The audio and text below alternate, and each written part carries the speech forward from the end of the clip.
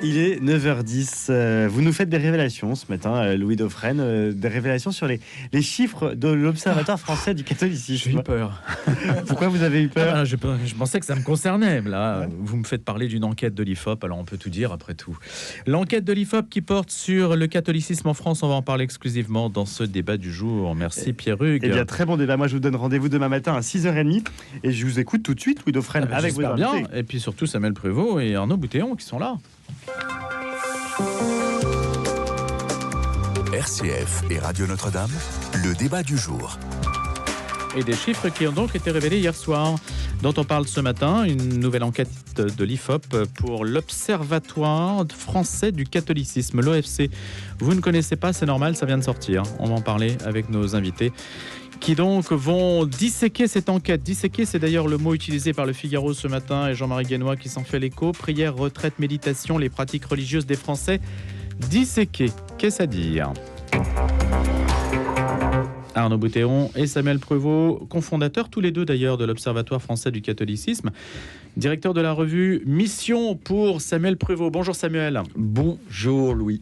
Et bonjour Arnaud Boutéon, membre par ailleurs des Chevaliers de Colomb. Bonjour Arnaud. Bonjour Louis. Vous vous rappelez en deux mots les Chevaliers de Colomb, qu'est-ce que c'est ? C'est une confrérie de service autour des paroisses. Voilà, mettre notre énergie pour servir et se faire petit pour essayer de modestement de faire grandir les autres et de grandir soi-même dans l'exercice de la charité. Voilà.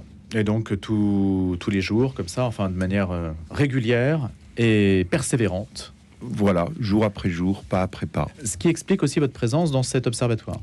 Peut-être, on est au service. Non, on vous a sollicité, c'est ça que je voulais dire. Et exactement, on est au service et je pense qu'il est important d'accueillir aussi des données objectives pour comprendre des réalités qui nous dépassent. La foi est une réalité intérieure, mais qui se manifeste dans le christianisme aussi par des réalités extérieures. Et pour comprendre, voilà, pour aimer, il faut comprendre et donc accéder à des données, à des dynamiques. Je pense qu'on en a besoin. Alors, dites-nous, parce que c'est Aurélie Pirillo qui dirige cet observatoire. Peut-être peut-on essayer de resituer un petit peu les choses, puisque le grand public peut-être ne connaît pas encore cette institution. À quoi elle sert et à quels besoins elle répond. Et peut-être y avait-il un manque, Samuel ?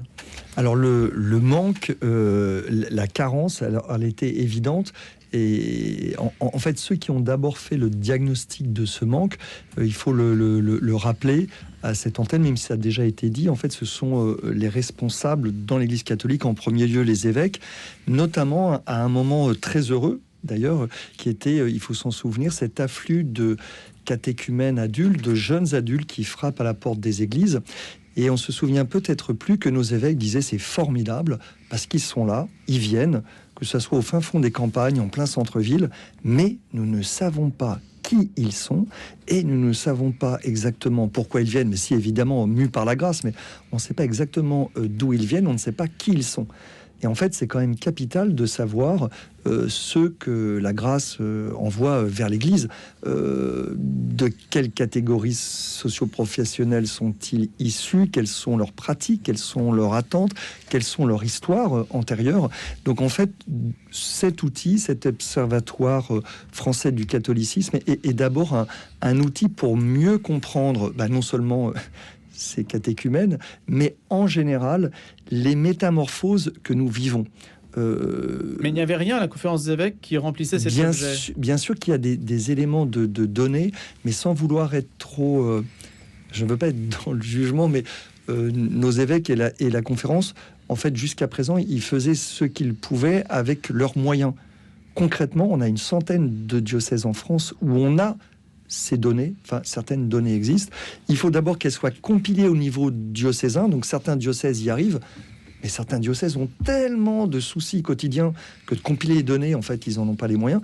Et après, avec les diocèses qui ont réussi à compiler les données, il faut qu'elles remontent au centre, à Paris, et que Paris compile. Mais sincèrement, nos évêques ont tellement de choses à faire qu'on ne les imagine pas derrière un bureau ou avec 2 ou 3 secrétaires à compiler des données. Oui, mais ça veut dire, Samuel, en fait, que la conférence des évêques, aujourd'hui, si on écoute ce que vous dites, ça veut dire qu'elle n'a pas d'éléments qui lui permet de juger de l'état du catholicisme en France. Non, elle a des indicateurs, mais comme du gruyère, excusez-moi de l'image, il y a plein de trous. Et donc, en fait, la naissance de cet observatoire, c'est des discussions en fait informelles, notamment avec des évêques qui ont dit, en fait, on vit une période d'accélération, de métamorphose qui est angoissante pour l'Église, pour les fidèles, avec des métamorphoses qui nous semblent parfois négatives, mais beaucoup d'opportunités aussi. Et il faut impérativement mieux connaître ce terrain qui est celui de nos compatriotes, en fait. Quelles sont leurs croyances, quelles sont leurs motivations. Pourquoi Aurélie Piridot ? Tout simplement parce que je pense que dans l'idée de cet observatoire, en tout cas c'est pour ça que nous avons été sollicités chacun, c'est chacun en raison d'un investissement et d'une compétence. Et donc je pense que Aurélie, c'est à cause de son investissement dans des structures régionales, des structures publiques, son engagement à l'Assemblée de Paris. Voilà, et aussi à l'Assemblée nationale, où elle a suivi les chrétiens d'Orient. Donc quelqu'un qui connaît la géographie, le terrain, qui a le sens de la politique, alors pas du tout de la politique partisane, mais de savoir comment ça marche, et puis aussi qui sait défendre une cause, mais pas juste des idées, mais une cause avec les gens tels qu'ils sont. Les chrétiens d'Orient, c'est pas du tout abstrait, c'est des gens, c'est des pays, c'est des situations politiques, et donc je pense que Aurélie, en l'occurrence, elle va appliquer ses compétences au domaine justement du catholicisme en France. Quelles sont ces métamorphoses, quels sont les, entre guillemets, les dangers et les opportunités pour l'Église aujourd'hui. Sur la carte de visite, enfin, il y a Pierre-Édouard Stérin aussi. Oui, alors il n'y a pas que lui, mais en fait, alors il est pas, c'est pas écrit comme ça. Mais on peut le dire comme ça, Louis, si vous voulez. L'idée, c'est non, mais que... dites-le comme vous voulez, en fait, Samuel. Oui, c'est juste une question. Non, parce que sur la carte de visite... C'est pour être honnête avec les personnes qui nous écoutent. Ah non, mais l'honnêteté, c'est vraiment une vertu chrétienne fondamentale. Si nous ne sommes pas honnêtes... Non, il y a un point qui est important, c'est que effectivement, le Fonds du bien commun participe à cette aventure, du point de vue du financement.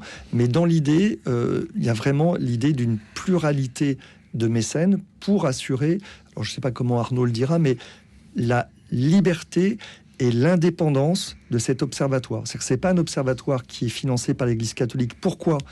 Tout simplement, je pense, parce que l'Église catholique n'a pas les moyens de le financer, Et deuxièmement, ce n'est pas non plus à nos évêques de financer et de dire quelles études il faut faire. Il faut confier à des professionnels. Par exemple, si on est malade, on va voir un médecin qui va vous dire quels sont vos symptômes, on va essayer de vous donner le bon traitement. Eh bien, en l'occurrence, là, c'est la même chose pour le financement. C'est un financement qui est déjà et qui sera à l'avenir, et je veux bien qu'on le vérifie dans 1 ou 2 ans, qui sera pluriel pour assurer l'indépendance et le professionnalisme de cet institut. Concrètement, pour mettre les pieds dans le plat, sinon je ne serais pas à ce micro, ce n'est pas un observatoire conservateur. On pourrait dire, voilà, il y a l'observatoire conservateur des catholiques en France, et puis demain, il y aura un observatoire progressiste, puis demain, un observatoire vegan. Non, en fait, les datas, les données, c'est ni de droite ni de gauche, c'est ni sucré ni salé, ce sont des chiffres. Est-ce que ça veut dire, Arnaud Boutéon, qu'avant d'entrer dans le détail de cette enquête, qu'il y aura d'autres enquêtes, d'abord d'autres enquêtes et une enquête annuelle tous les ans? Alors exactement, avant de lancer cette première enquête, il y a eu un gros travail d'identification d'une dizaine d'enquêtes qui avaient déjà été faites, réalisées, IFOP ou non, et l'idée était de dire comment créer un continuum. Et donc hier, Monsieur Fourquet a mis en perspective des résultats de différentes enquêtes qui permettent au fil des ans de dégager des tendances. Et on voit aujourd'hui des vraies tendances qui s'affichent, et certaines enquêtes structurelles vont se déployer tous les 2 voire 3 ans. Et ça veut dire que ça reprend les travaux, par exemple, de Guillaume Cuchet, tout ça, qui ont fait l'objet d'ouvrages aussi, il y a des sociologues, il y a des historiens. Nous, on va plus, pour l'instant, en travaillant avec Monsieur Fourquet, il y a parfois des petites différences, même de syntaxe, d'appellation, d'approche, entre le travail d'un historien ou d'un sociologue. L'historien, par exemple, il l'avoue, ne va pas se projeter dans l'avenir, ne va pas s'engager sur des tendances. Un Jérôme Fourquet voit des tendances se dégager, et il peut être dans une logique beaucoup plus prospective sur la base des informations. Voilà. Et la dimension dynamique nous intéresse beaucoup. Je vais vous donner un exemple, et ça va aussi au-delà du monde catholique. Parfois, on est tellement proche d'une réalité qu'on peut ne plus la voir. Donc, on a besoin de dézoomer. Un exemple très concret pour les auditeurs. Aujourd'hui, dans la société française, il y a un développement des trails. On voit les trails, les amateurs non seulement de marathon, mais de trails, donc des courses à longue distance en pleine nature qui explosent. De l'équipement et puis des familles, des gens qui y participent. Et on voit aujourd'hui un intérêt très fort pour des monastères et des sanctuaires qui sont souvent dans des endroits assez isolés. Et de ça est venue l'idée, alors ça on va l'objectiver, de beaucoup de responsables de monastères, de se dire mais comment faire que 1 + 1 = 3, et comment permettre à tous ces gens qui cherchent cette évasion en nature, dans le sport, mais qui cherchent aussi une forme de contemplation et de retour vers eux-mêmes, quelque chose d'introspectif, et ça, le sondage montre le besoin de silence, de méditation, comment les amener vers les monastères ou des sanctuaires. Et c'est le principe de Compostelle ou de la Via Francigena, choses comme ça. Voilà, mais même par exemple, on a des sanctuaires qui disent on va organiser notre trail. Et c'est quelque chose d'assez facile à organiser. Rien qu'à Paris, sur la pastorale du sport, il y a eu Holy Games, il y a eu plus de 4000 personnes. Ouais, exactement. Et ça crée de l'engouement, de la joie, ça répond à des attentes de la société, et l'Église s'intercale elle-même. Donc non seulement pour, entre guillemets, nourrir volontairement, je parle plutôt en marketeur public captif, mais au-delà, pouvoir aussi attirer des personnes qui sont plus à la marge, et qui vont dire tiens, courir et ensuite déposer une bougie dans une église, c'est pas ringard, c'est attractif, c'est sympathique, il y a une joie contagieuse. Et ça, c'est des tendances non seulement qu'on peut observer, mais qu'on peut aussi, sur la base de données fiables, objectives, parfaitement documentées, sur lesquelles on peut se reposer pour ensuite peut-être inspirer des porteurs de projets pour lancer de nouvelles actions. Et ça, c'est déjà dans les tuyaux, l'idée qu'un monastère crée son trail? Ah ouais, c'est déjà dans les tuyaux, bien sûr. Un nom? Non, il n'y a pas de nom. Difficile. Encore. Nord, sud, est, ouest. Non, on y travaille. Et ce qui est intéressant, c'est que l'Église a entre guillemets une présence, j'allais dire, des outils, des bâtiments qui sont extrêmement attractifs. Près de 6 Français sur 10, 60% des Français l'année dernière sont rentrés dans nos lieux de culte. Moi, j'aime bien raisonner en point de contact et en flux. C'est une attractivité très significative. Jérôme Fourquet nous l'a dit. Peu d'institutions peuvent se targuer de telles statistiques. Voilà. Et en plus, j'allais dire, le flux est un flux de gratuité. On n'y va pas pour faire tamponner ou acheter des timbres fiscaux. On y va de façon gratuite, et ce sont des opportunités missionnaires exceptionnelles.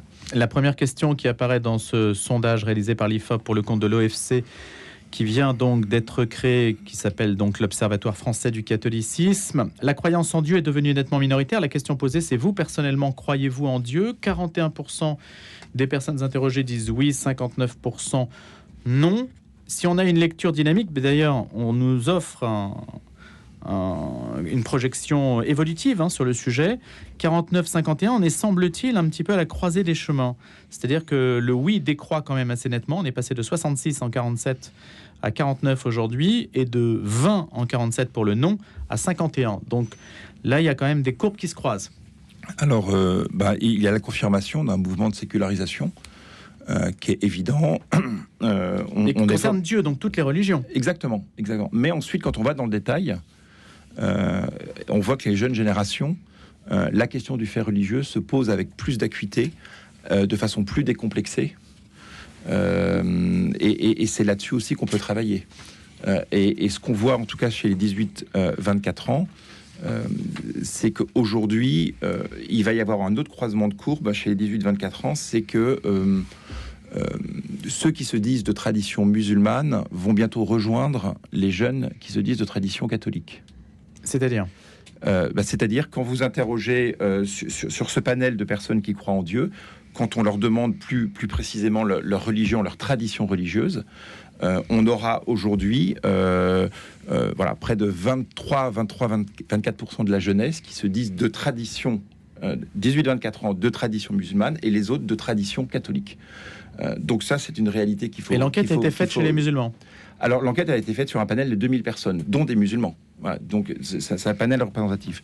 Donc, ça veut dire aussi, quand on creuse la question de la jeunesse, on va continuer à la creuser, et on a pu le voir sur les réseaux sociaux, etc., la question du fait religieux, aussi stimulée, évidemment, par l'islam, amènera énormément de jeunes Français à se dire, et moi, ma tradition religieuse, c'est quoi ?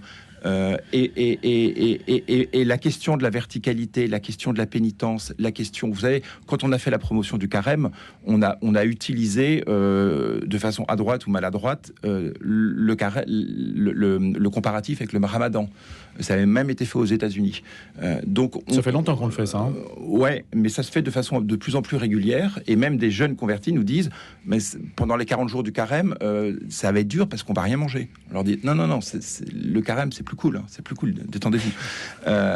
Donc, mais c'est des choses, voilà. Soit on se rétracte, on pleurniche et on fait rien. Soit on se dit, il y a des opportunités à travers ces chiffres. Et de toute façon, ces chiffres, c'est du réel. C'est une réalité. Alors regardons quand même le calice à moitié vide, parce que j'ai l'impression, au regard de certains chiffres, que c'est quand même la religion ou l'affiliation ou la tradition catholique, ça reste un truc de vieux en quelque sorte, puisque je cite 2 chiffres.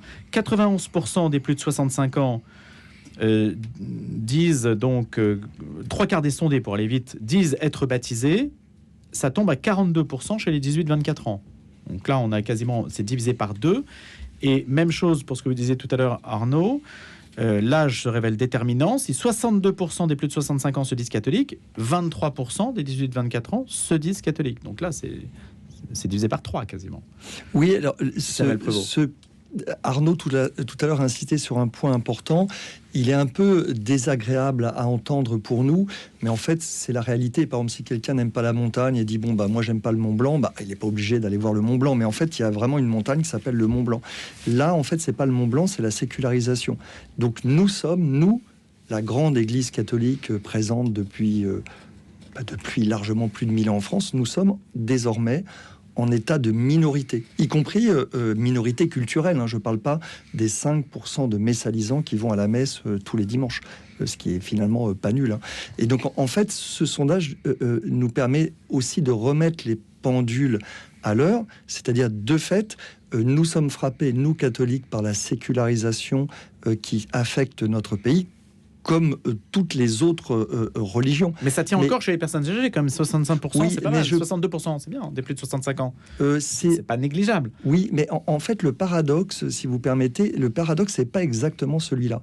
Parce qu'en fait, il y a un autre fil d'or dans ces multiples questions, c'est que, je vais être un tout petit peu caricatural, mais ceux qui auront la patience et l'énergie regarderont les chiffres plus précisément. En France, plus on est âgé, plus on a reçu de la part de l'Église catholique, et moins on est fan. Et ce qui est très étonnant, c'est plus on est jeune, moins on a reçu, plus on est curieux, et on aurait envie de faire un pas. Je vous donne un chiffre, puisque hier soir, Vous gardez votre chiffre, très bien. Samuel. Vous avez fait un magnifique teasing. On va se retrouver dans quelques instants. On a vraiment envie d'avoir la suite. Avec Samuel Prévost et Arnaud Boutet, on commente le sondage de l'IFOP réalisé pour l'Observatoire français du catholicisme. C'est sorti hier et il y a beaucoup de choses encore à dire pour mieux comprendre. Les infos dans 2 minutes et on se retrouve juste après.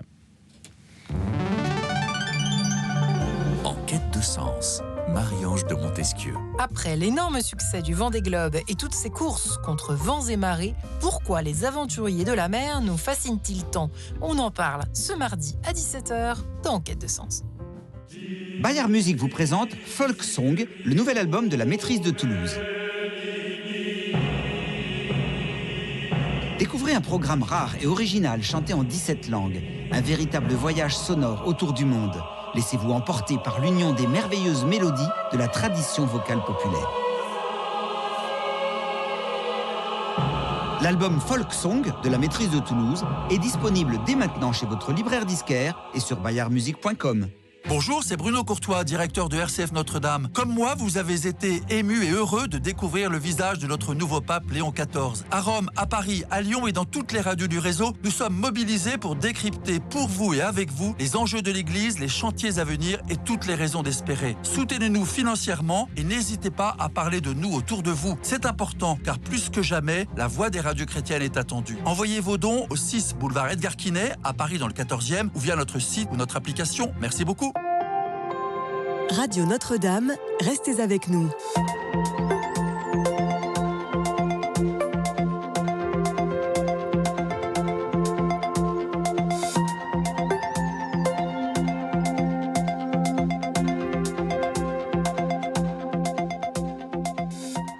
9h30, Cécile Mérieux pour les infos. Bonjour. Bonjour. La réforme du scrutin municipal pour Paris, Lyon et Marseille sur la sellette au Sénat. Si le texte a été adopté à l'Assemblée nationale début avril avec l'appui de l'exécutif, il n'est pas assuré d'un même succès aujourd'hui. La proposition de loi d'origine macroniste risque d'être très largement désavouée lors des débats. Il commence dans l'après-midi au Palais du Luxembourg. Emmanuel Macron est attendu dans le bassin minier du Nord aujourd'hui. Le président doit se rendre dans une toute nouvelle usine de batterie à Douai, puis inaugurer la maison France Service de Valers. Un moyen pour le chef de l'État de mettre en valeur sa politique d'investissements internationaux et de réindustrialisation de la région. À Gaza, le chef de l'ONU, Antonio Guterres, appelle à une enquête indépendante sur des tirs ayant fait des dizaines de morts et blessés dimanche après près d'un centre d'aide humanitaire. La seule aide autorisée est en exercice, soutenue par les États-Unis et Israël dans le sud de la bande de Gaza. Aux États-Unis, le suspect de l'attaque contre un rassemblement pour la libération des otages israéliens à Gaza a été inculpé par la justice de crimes motivés par la haine. L'assaillant a fait une douzaine de blessés dimanche dans le Colorado au cri de Palestine libre. En Sud, les Sud-Coréens ont commencé à voter pour désigner leur nouveau président. Les élections mettent fin à 6 mois de chaos politique causé par la tentative ratée du précédent chef de l'État, Yoon Suk-yeol, d'imposer la loi martiale. Et on a appris ce matin que l'historien, éditeur et académicien Pierre Nora est décédé hier à l'âge de 93 ans. Il était connu pour l'œuvre monumentale Les lieux de mémoire et sa cofondation de la revue Le Débat. De nombreux hommages lui ont déjà été rendus, saluant l'héritage immense qu'il laisse derrière lui. Et enfin, un court point météo. Le Rhône, la Saône-et-Loire, le Jura, l'Ain et la Loire sont placés en vigilance orange aux orages à partir de 14h cet après-midi. Merci Cécile Mérieux. RCF et Radio Notre-Dame, le débat du jour. Des jeunes moins nombreux mais beaucoup plus motivés que leurs aînés, surtout peut-être débarrassés de certaines représentations qui empêchaient l'Église d'avancer. C'est un petit peu le sens du sondage que l'on est en train de disséquer avec Samuel Prévost et Arnaud Boutéon, l'OFC, l'Observatoire français du catholicisme, dont ils sont cofondateurs, qui vient d'être créé, et une enquête IFOP de Jérôme Fourquet, qui a également été publié. Ça date d'hier soir, on en parle ce matin. Samuel, c'est ça un petit peu la leçon, non ? Oui, vous avez raison, Louis, d'insister sur les croyances des jeunes générations et leur ouverture aux faits religieux, et donc aussi au catholicisme par corrélation. C'est vrai qu'on a beaucoup de chiffres qui ont été publiés, qui ont été donnés, et il y a deux façons de les regarder. On peut regarder la bouteille à moitié vide. Je vous donne un marqueur très important qui est celui du baptême. Vous le rappeliez tout à l'heure. De fait, dans les années 60, 89% des Français étaient baptisés. Donc c'est énorme. Et aujourd'hui, c'est 61%, ce qui est loin d'être nul. Mais comment dire, il y a un recul massif. Mais il y a une façon différente de regarder les chiffres, et c'est celle de Jérôme Fourquet, hein. C'est pas celle de Samuel Prévost. On échangeait avec lui hier soir sur ce chiffre qui nous paraît magnifique à juste titre, de ces 19 ou 20 000 jeunes adultes qui ont frappé à la porte de nos églises pour demander le baptême. On se disait, c'est quand même pas mal, hein. Bien sûr que c'est pas mal, c'est formidable, même si on avait un, ça serait formidable. Il dit oui, je voulais juste vous rappeler un chiffre, c'est de fait les Français sont moins baptisés, mais quand on leur demande, mais vous, un jour, donc on demande à des gens qui sont adultes, hein, on ne demande pas à des enfants, est-ce qu'un jour, vous seriez aussi, vous seriez baptisé peut-être un jour? Il y a un Français sur 10, on va dire un sur 10 seulement, un Français sur 10 qui nous dit, ah bah oui, pourquoi pas être baptisé un jour dans l'Église catholique. Et Jérôme Fourquet de commenter, bon, vous faites comme vous voulez, ça fait quand même 1 million de personnes qui vous attendent. Voilà ce qu'a dit Jérôme Fourquet. C'est beaucoup, 1 sur 10. Mais c'est beaucoup, c'est énorme. Du coup, la question n'est pas de dire nous sommes les plus nuls, nous sommes les meilleurs. C'est juste de faire sortir des datas. Et en revanche, c'est vrai que moi, comme catholique, et c'est ce que disait aussi hier soir Monseigneur Bruno Valentin, nous avons une responsabilité vis-à-vis de nos compatriotes. Quand il y a 1 million de Français qui disent pourquoi pas pour moi demain le baptême, que faisons-nous pour les aider ? Non pas les endoctriner, évidemment, mais pour peut-être les aider à aller jusqu'au bout, trouver les bons mots, les bons lieux, le bon tempo. Et les toucher, tout simplement. Et les toucher, tout simplement. Aller les chercher, et les statistiques, ça sert à ça. Arnaud Boutéon, sur les représentations, en fait, qui peut-être passent avec le temps, les aînés sont plus sensibles à certains sujets dont on a beaucoup parlé, les abus, par exemple, beaucoup moins les jeunes. Exactement. Enfin, les chiffres montrent bien... on a testé la question de la figure du prêtre et l'impact des abus, mais plus des violences sexuelles. J'aime pas le mot d'abus parce que quand on parle d'abus, a priori, ça veut dire qu'on a pris de façon excessive une chose qui était plutôt bonne. Or, c'est une horreur absolue, donc je préfère parler de violence. C'est un anglicisme, effectivement. Exactement.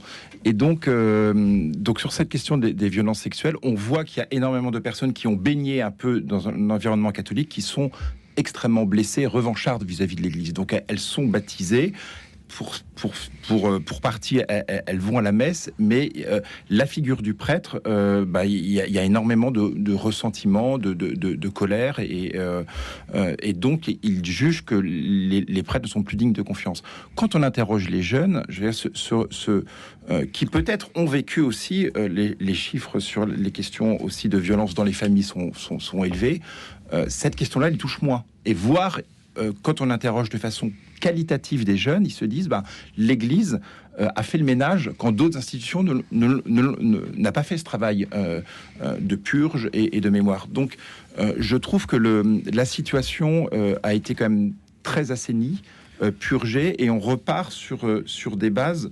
Alors cette question de vigilance doit être maintenue à un niveau très important dans la formation, dans l'accompagnement des prêtres, etc. Mais on voit que la nouvelle génération, en tout cas, n'est pas habitée par un ressentiment vis-à-vis du clergé et des prêtres. Quels sont les autres éléments qui paraissent saillants aujourd'hui que cette étude révèle par rapport à une ritournelle qu'on a peut-être l'habitude d'entendre à l'aune d'autres études? Est-ce qu'il y a des points que vous avez réussi à faire sortir qu'on n'avait pas distingués avant? Alors, parmi les chiffres vraiment intéressants, Arnaud Boutéon évoquait tout à l'heure les multiples points de contact entre la population française et l'Église catholique. Alors il y a d'abord les bâtiments églises. Donc rappelons ce chiffre, on l'a déjà dit, mais je trouve qu'il est quand même assez ahurissant. En l'espace d'une année, 6 Français sur 10 entrent dans une église. Pas pour visiter une exposition, enfin peut-être certains d'entre eux, mais donc là il y a un point de contact formidable. Un autre chiffre, quand elles sont ouvertes, hein. Oui, mais imaginons, Louis, ce qui se passerait si toutes les églises étaient ouvertes. Donc, oui, il y en aurait plus que... Et animées. Et animées, voilà. Donc là aussi, il y a une demande. Ce que je veux dire, c'est... On va pas dire, l'institution catholique n'est pas à la hauteur des attentes, etc. Ou alors, nous sommes formidables. C'est juste, en fait, il y a... 6 Français sur 10 en l'espace d'une année qui rentrent dans une paroisse, dans nos paroisses. Ça devrait nous faire réfléchir. Ça, c'est du déclaratif, alors. Oui.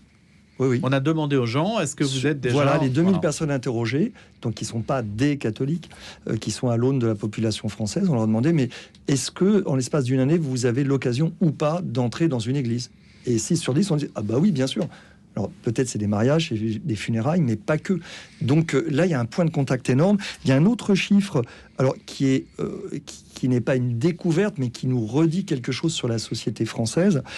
Quand on interroge les Français sur leur quête spirituelle, et est-ce qu'ils ont une quête spirituelle, pas forcément en employant le mot de Dieu, mais une quête spirituelle, on a un Français sur 2 qui se dit en quête spirituelle. Alors il va pas forcément aller à la messe du dimanche, mais il reconnaît en fait qu'il cherche autre chose que ce qu'on pourrait de manière horizontale ce que la société de consommation pourrait lui proposer de manière horizontale. Donc là, c'est plus d'1 million. En fait, on a la moitié des Français qui attendent quelque chose d'autre. Donc là aussi, c'est un indicateur très intéressant pour l'institution catholique. Alors je reprends des mots de... Les 18-24 ans, c'est très fort. C'est 47% chez les 18-24 ans. Donc c'est la première catégorie représentée pour la quête spirituelle. Exactement. Et alors, Jérôme Fourquet nous lançait un défi, mais c'est un sociologue qui parle, c'est un sondeur, hein, c'est pas un père de l'Église. Je dis ça en rigolant, mais je trouve que ça... Il nous disait en fait, moi la question que cela vous pose à vous, institution catholique, c'est est-ce que vous serez capable d'apprendre la grammaire de vos contemporains, de ces 18-24 ans, de leur parler et de savoir répondre à leurs attentes. Et donc ça, il nous dit, ça, c'est pas gagné, faudrait peut-être vous mettre aux langues étrangères. Les langues étrangères étant la langue de nos contemporains, parce que nous... Le latin, c'est une langue étrangère ? C'est une langue universelle, c'est fantastique le latin. Mais avant le latin, il y avait le grec. Et donc le latin, il a supplanté le grec. Et là, en fait, nous, notre vocabulaire catholique qui est extra, c'est celui du credo, c'est génial. Mais il faut savoir parler le langage de nos contemporains. Non, mais je dis ça, Samuel, vous avez compris, je dis ça parce qu'il y en a qui reviennent ou qui viennent à l'église par la porte, par exemple, du pèlerinage de Pentecôte qui a lieu dans quelques jours, et par la porte de la messe dite en latin. Ça c'est aussi un phénomène qu'on observe. Mais Louis, en fait, est-ce que ça fait partie de la grammaire moderne ? Est-ce que c'est de l'ancien qui revient sous une forme moderne ? Toutes les portes sont bonnes, hein, parce qu'il y a plusieurs chapelles dans la demeure du Père. Donc nous, on je dis pas que c'est bon ou mauvais, je dis simplement est-ce que statistiquement c'est quelque chose qui compte. C'est-à-dire que dans la grammaire, en fait, faut savoir parler plusieurs langues en fait aujourd'hui. Exactement. Non mais là, si vous permettez, Louis, je ne vais pas vous raccrocher le public. Non, pour être plus précis, là c'est différent. C'est pas parler la langue des autres. C'est-à-dire, si vous apprenez la langue des autres, des contemporains, ça ne veut pas dire que vous allez oublier votre langue. Parce que justement, c'est ce que ces jeunes qui viennent au pèlerinage de Chartres, dont un certain nombre, alors pour le coup, j'ai pas le chiffre, mais je sais qu'un certain nombre des jeunes qui vont se retrouver à marcher les 100 km vers Chartres découvrent l'Église catholique. Donc eux, ils attendent qu'on parle leur langue, mais ils attendent aussi que l'Église parle sa propre langue. Vous voyez, c'est les deux enseignements. C'est que l'Église ne doit pas abandonner sa propre langue, mais elle doit en plus, c'est le mystère de la Pentecôte quand même, hein, apprendre la langue des gens à qui on parle. Mais Saint-Pierre n'a pas à changer de message pour dire c'est cool notre truc. Mais qu'est-ce que ça veut dire apprendre la langue des gens à qui on parle ? Parce que par exemple, on parle français, on s'exprime dans un langage à première vue, et les prêtres aussi, ils s'expriment comme tout le monde en fait. Non. Vous avez raison, Louis. Sauf que quand nous essayons de transmettre notre trésor, qui est la foi, nous avons parfois du mal à cause de nos richesses. C'est-à-dire que ça fait quand même 2000 ans que nous réfléchissons au trésor et que nous vivons du trésor que nous avons reçu. Je vous donne un seul exemple. Le sommet de la vie chrétienne catholique, c'est la messe. Alors déjà, la messe, c'est un mot un peu étonnant. Peut-être une grand-messe, le foot, le PSG, mais une messe, c'est quoi ? Et alors après, on peut employer des mots qui sont très beaux, magnifiques. L'Eucharistie. Si on faisait un sondage sur les Français, qu'est-ce que ça veut dire l'Eucharistie ?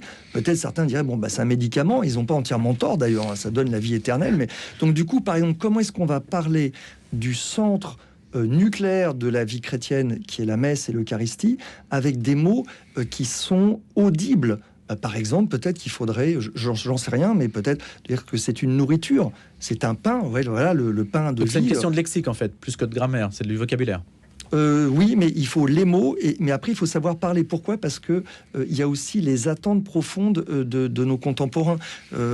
Ces attentes qui sont réelles, c'est pas d'abord d'aller à la messe le dimanche. Je vous donne un autre chiffre.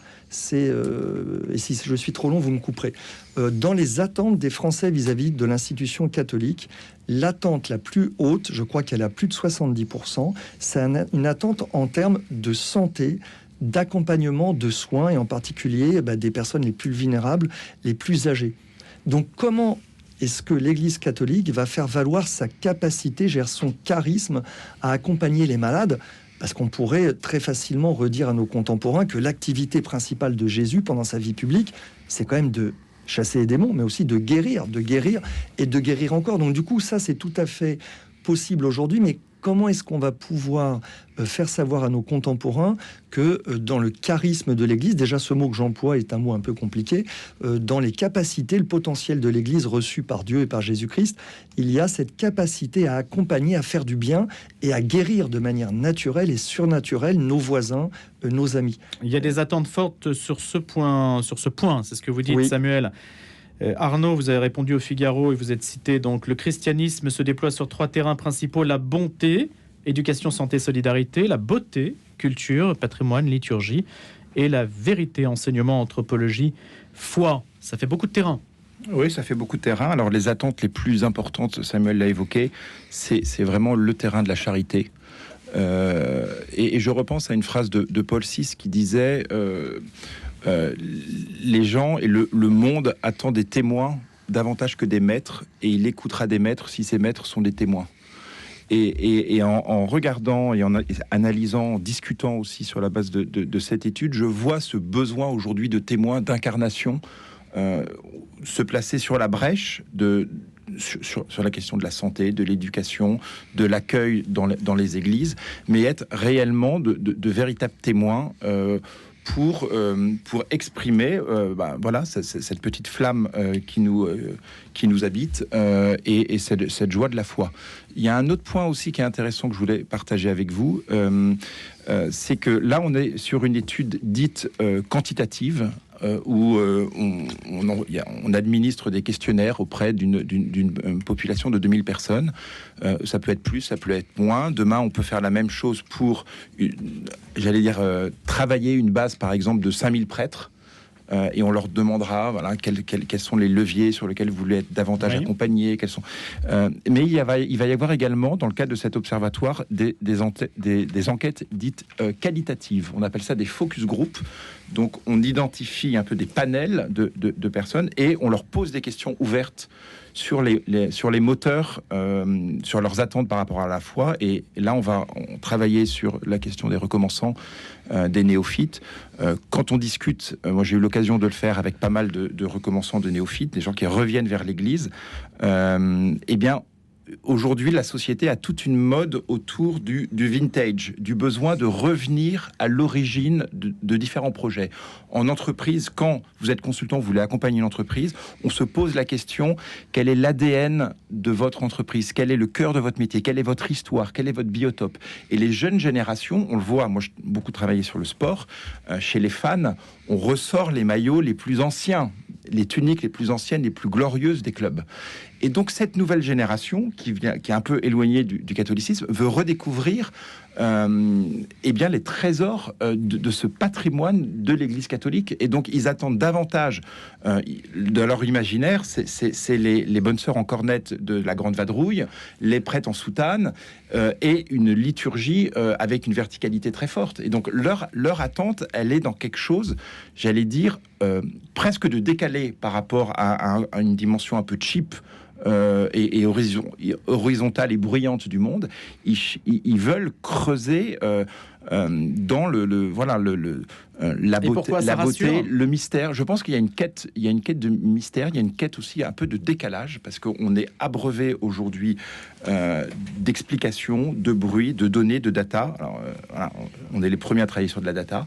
Et quand on interroge ces jeunes générations, elles disent il y a une quête existentielle. Donc ça veut dire guitare et batterie, s'abstenir à la messe. C'est ça, ça veut dire, je pense que ça dépend du parcours de chaque jeune et des sensibilités de chacun. Et quand tout à l'heure Samuel disait il faut les rejoindre aussi dans leur goût, ce qui est sûr, c'est qu'il ne faut pas faire de cheap. C'est-à-dire que là, je reviens d'Ars, il y avait 4000 personnes pour le centenaire de la canonisation du Saint-Curé. Je vois un besoin, il y avait plus de 600 personnes de gens du voyage.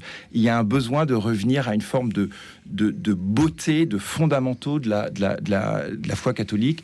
La figure du Saint-Curé qui a inspiré tous les curés de l'univers sans sortir du box de son confessionnal, le rayonnement d'une Sainte Thérèse de Lisieux, patronne des missions, qui n'est pas sortie des 4 murs de son Carmel. On est dans une forme de décalage, vous voyez.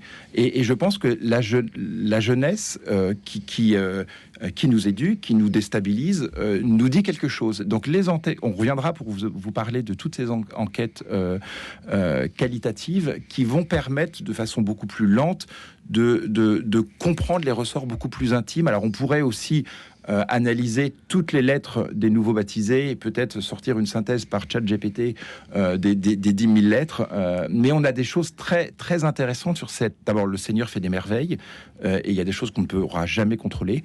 Et puis, il y a une vraie quête existentielle et une recherche de revenir à quelque chose de très authentique qu'on doit honorer chez la jeune génération. Alors, Jean du Voyage, vous avez dit à l'instant, Arnaud Boutéon, il y a d'autres voyages tragiques qui se déroulent sous nos yeux. Et d'ailleurs, vous en servez, Arnaud, quand vous répondez à la Croix pour dire qui savait par exemple que pendant la pandémie, 55% des paniers repas distribués aux migrants l'ont été dans des paroisses. Donc ça, c'est plutôt un argument humanitaire. Alors, alors dont vous servez, qui est un petit peu différent de celui que vous avez exposé à l'instant. Alors, il y a deux choses. Il y a une dimension prospective dans les études, et puis je pense qu'il serait intéressant aussi de travailler sur de l'impact, tout simplement. De l'impact. Moi, j'étais en première ligne avec le diocèse de Paris pendant le confinement, et effectivement, la distribution alimentaire, les paroisses, la mobilisation de l'Église a été absolument sidérante. Et les pouvoirs publics ont honoré cette mobilisation des paroisses et se tournaient vers nous en disant mais comment avez-vous réussi à mobiliser 1200 bénévoles de gens qui sont volontaires, qui sont prêts à sortir, qui sont prêts à passer du temps, qui sont prêts à donner pour tout simplement pour aider les plus démunis.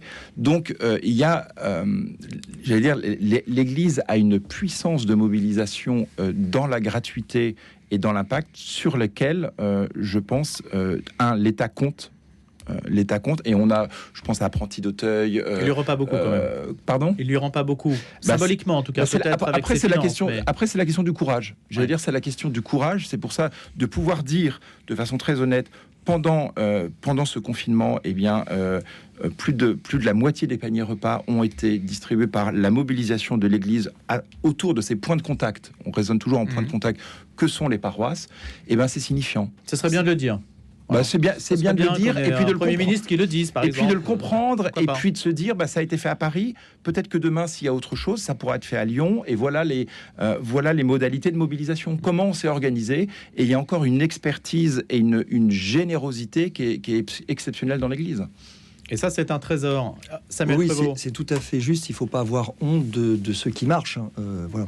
Je voulais juste rebondir sur la question du curé d'Ars, de la petite Thérèse, aussi de Saint-Jean-Eudes. Il y a quelques jours, notre cher Léon XIV a écrit à l'Église de France, à nos évêques, pour leur dire c'est formidable, en fait, les saints que la France a donné à l'Église universelle. Et puis, il a insisté sur la mission. Et en insistant sur la mission, il a employé le mot, enfin, la traduction que j'ai lue, en tout cas, c'était le mot de nostalgie, en disant, sous-entendu, en fait, ce qui a été fait, dit, est formidable, mais n'ayez pas la nostalgie d'un passé qui n'est plus, parce que sous-entendu, il faut jeter les fils à nouveau. Et en fait, il y a un potentiel énorme. C'est vraiment, de manière beaucoup plus modeste, la philosophie de cet observatoire.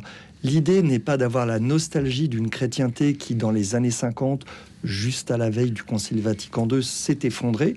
Un étage, 2 étages. Là, en fait, la plupart des étages sont tombés par terre. Donc, ça fait du bruit, ça fait de la poussière, ça fait plaisir à personne.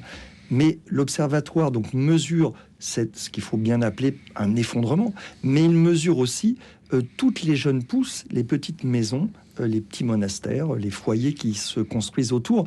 Et c'est ça l'intelligence de la situation présente, c'est de voir ces deux courbes, comme vous disiez, qui se croisent, celle d'un effondrement du point de vue quantitatif, par exemple les baptêmes et d'autres données, et aussi une autre courbe plus modeste, mais tout à fait réelle, de toutes les choses qui sont en train de naître. Donc, c'est pas du tout un hasard le fait que Jérôme Fourquet ait accepté de donner son professionnalisme et quand même son image à cet observatoire. Le maître mot de son dernier livre, c'est Métamorphose française. Donc, il est convaincu que dans toutes les métamorphoses françaises, le catholicisme joue un rôle, et peut-être c'est là où il y a la métamorphose, les métamorphoses les plus puissantes, les plus accélérées, en termes de mort, de disparition, et termes de naissance. Et du coup, notre observatoire parviendra à son but s'il arrive justement à décrire relativement vite, parce que ça va vite, toutes les métamorphoses que nous vivons, en montrant les choses qui ne sont plus, malheureusement, mais elles ne sont plus, donc on ne va pas les pleurer perpétuellement.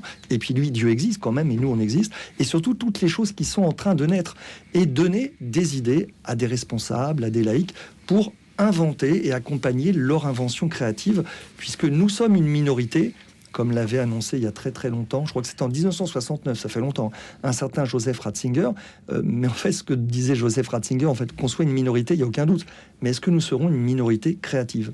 Et la question des minorités, finalement, est-ce qu'elle est problématique dans la mesure où dans l'histoire, après tout, ce sont les minorités aussi qui... Les minorités font l'histoire, et puis au départ... qui organisent le monde. Au départ, il y en avait 12, parce qu'on a remplacé celui qui s'était perdu. Mais enfin bon, avec 12, il y a quand même eu un formidable impact. Au départ, ils étaient 12, donc effectivement, la question de la minorité, bon... Il y a quand même 5% de mésalisés en France, ça fait un paquet de personnes.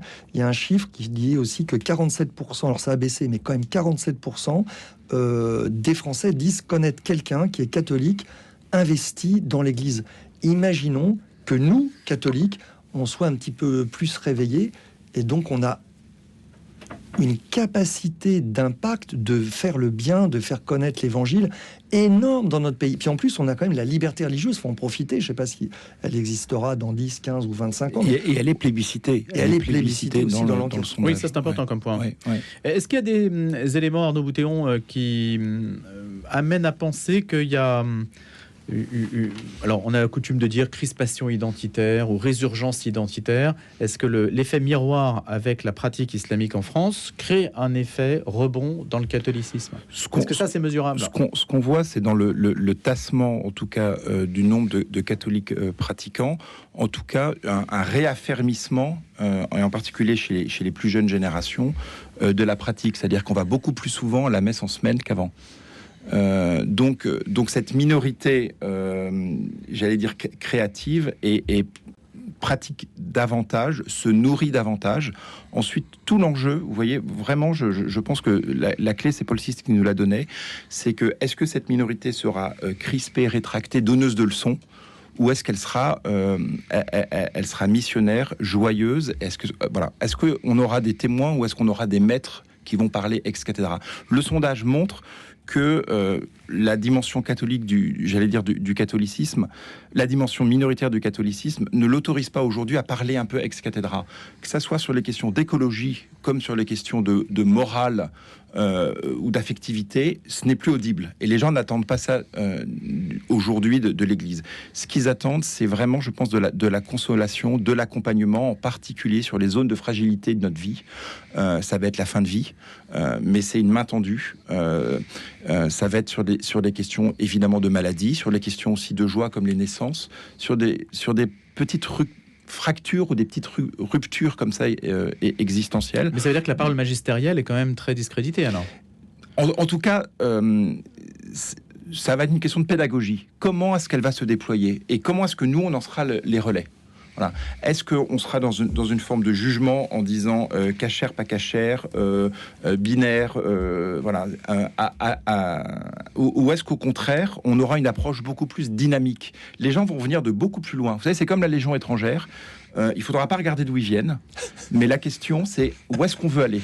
Où est-ce qu'on veut aller? Est-ce qu'on veut, pas à pas, se rapprocher du Christ, découvrir ce patrimoine qui est exceptionnel, et puis ne pas le faire seul? Est-ce qu'il y aura des communautés qui vont être ferventes, unies, pour leur dire, voilà, on va avancer ensemble?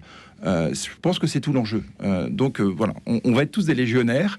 On n'est pas là pour juger, regarder le passé, mais regarder l'avenir. Donc c'est pas une photographie. Il faut vraiment envisager ça avec les études quantiques comme Cali. Et j'insiste sur la dimension Cali.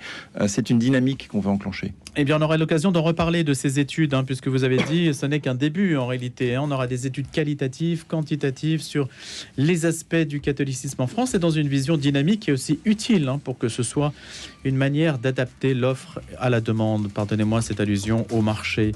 Merci Arnaud Boutéon et merci Samuel Pruvot. Arnaud Boutéon, membre des Chevaliers de Colomb, Observatoire français du catholicisme, qu'il a cofondé donc avec Samuel Pruvot, qui dirige aussi la revue Mission.